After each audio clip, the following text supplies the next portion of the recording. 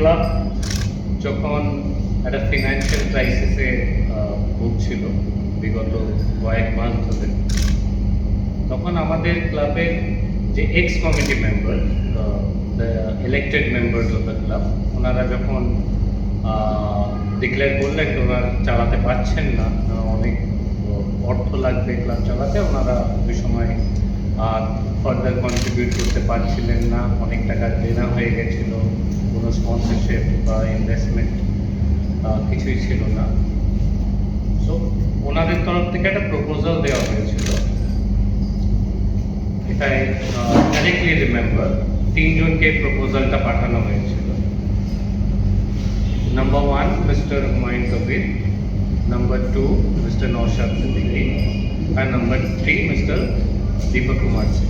এই 3 জনকে প্রপোজাল পাঠানো হয় যে ক্লাবের এরকম একটা ফাইন্যান্সিয়াল ক্রাইসিস চলছে, সেই দিকে একবার আপনারা প্লিজ নজর দিন, আর যদি সম্ভব হয় এসে আপনারা আমাদেরকে হেল্প। ওই প্রপোজালের রিপ্লাই আমাদের হুমায়ুন কবির সাহেবই দিয়েছিলেন। রিপ্লাই দেওয়ার পর আগের যা ইলেক্টেড মেম্বার্স বা আগের যারা কমিটি মেম্বার্স আর বোর্ড অফ ট্রাস্টিজ, ওনারা হুমায়ুন সাহেবকে অ্যাজ আ প্রেসিডেন্ট অ্যাপয়েন্ট করেন, আর উনি অনেকগুলো কমিটমেন্টস করেন যে আমি প্রেসিডেন্ট হব, আর আমি ক্লাবের যা ফাইন্যান্সিয়াল ক্রাইসিসে ক্লাব ভুগছে, তা আমি একটা significant amount, very significant amount আমি ডোনেট করব। সেই রেজলিউশনগুলো আগের কমিটির তরফ থেকে করা হয়েছে, রেজলিউশনের কপি আমাদের কাছে আছে। না, অ্যাজ পার দ্য রেজলিউশন উনি তার আগে in fact the board of trustees, আমাদের একটা ট্রাস্টিজও আছে, যেটা একটা বোর্ড আছে, অনেকগুলো ট্রাস্টি মেম্বার আছে, তাদেরকে উনি একটা চিঠিও লিখে পাঠিয়েছিলেন যে ক্লাবের যে ফাইন্যান্সিয়াল লায়াবিলিটি, ওই লায়াবিলিটি উনি as a president of the club উনি টুয়ার্ড দ্য লায়াবিলিটি কন্ট্রিবিউট করবেন।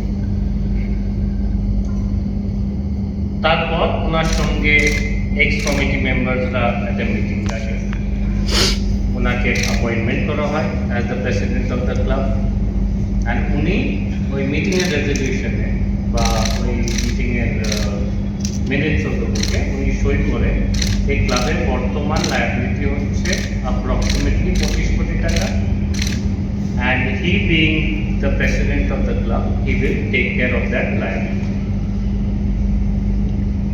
ওনার অ্যাপয়েন্টমেন্ট হয়েছে 6 জুন। এখন পর্যন্ত কিন্তু ওই 25 কোটি টাকার মধ্যে, অ্যাপ্রক্সিমেটলি 25 কোটি টাকার মধ্যে 1 টাকাও কিন্তু ক্লাবে আমরা অ্যাজ এ ডোনেশন বা উনি কারোর থ্রু যদি স্পন্সরশিপ বা কিছু, উই হ্যাভেন্ট রিসিভড এনিথিং।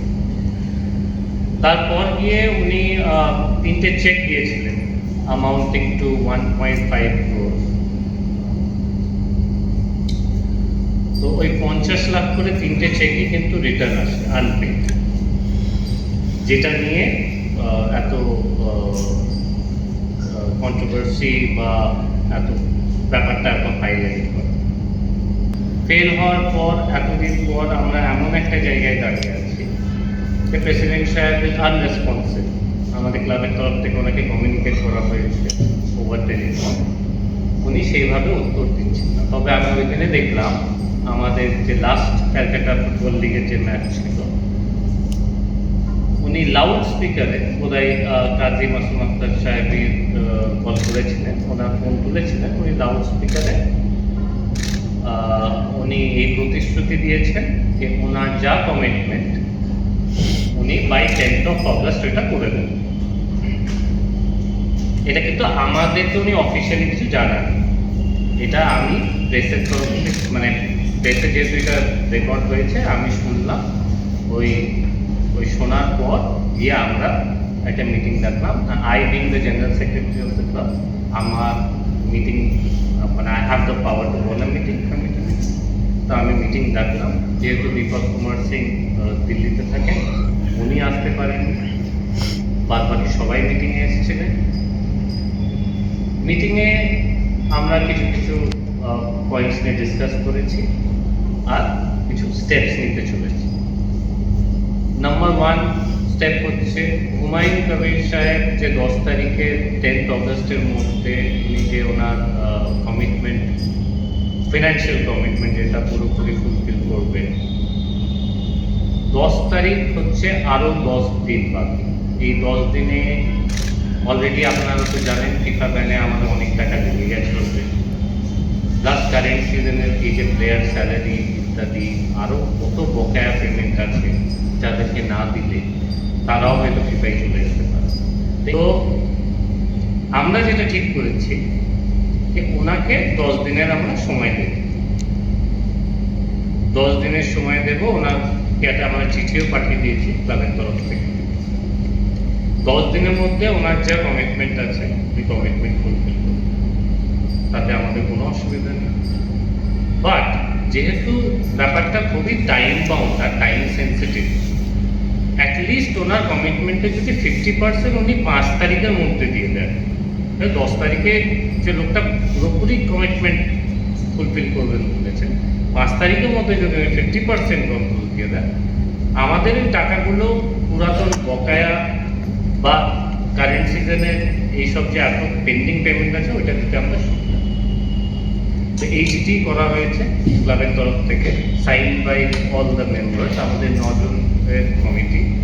তার মধ্যে আপাতত উনি যতক্ষণ না 5 তারিখ পর্যন্ত উনি নিজের ফাইন্যান্সিয়াল কমিটমেন্টের অ্যাটলিস্ট 50% ফুলফিল করছে, আমরা একটা কালেক্টিভ ডিসিশন নিয়েছি, আমরা একটা ইন্টারিম প্রেসিডেন্ট অ্যাপয়েন্ট করছি। বিকজ যেহেতু উনি আনরেসপন্সিভ আর a club cannot run without a president, তো একটা ইন্টারিম প্রেসিডেন্ট আমরা অ্যাপয়েন্ট করছি। ইন্টারিম প্রেসিডেন্ট হচ্ছেন আমাদের যিনি এজিএস ছিলেন, ওনাকেই অ্যাপয়েন্ট করছি আমরা, কারণ উনি এই আর্থিক সংকট থেকে আমাদের বেরোতে সাহায্য করবেন। উনি অনেক টাকা একটা কন্ট্রিবিউশন করবেন, আর তাতে কি হবে, আমাদের ক্লাব যে স্মুথভাবে চলছে বিগত 2 মাস ধরে স্মুথভাবেই চলবে। ইন্টারিম প্রেসিডেন্ট আপনাদের সামনেই আছে, আমার পাশে যিনি বসে আছেন গাজাউল জাফর সাহেব, না উনি স্টেপ আপ করেছেন। আমরা যখন মিটিং করলাম উনি প্রপোজাল দিলেন যে না, আমি এই কন্ট্রিবিউশনটা করতে ইচ্ছুক আছি।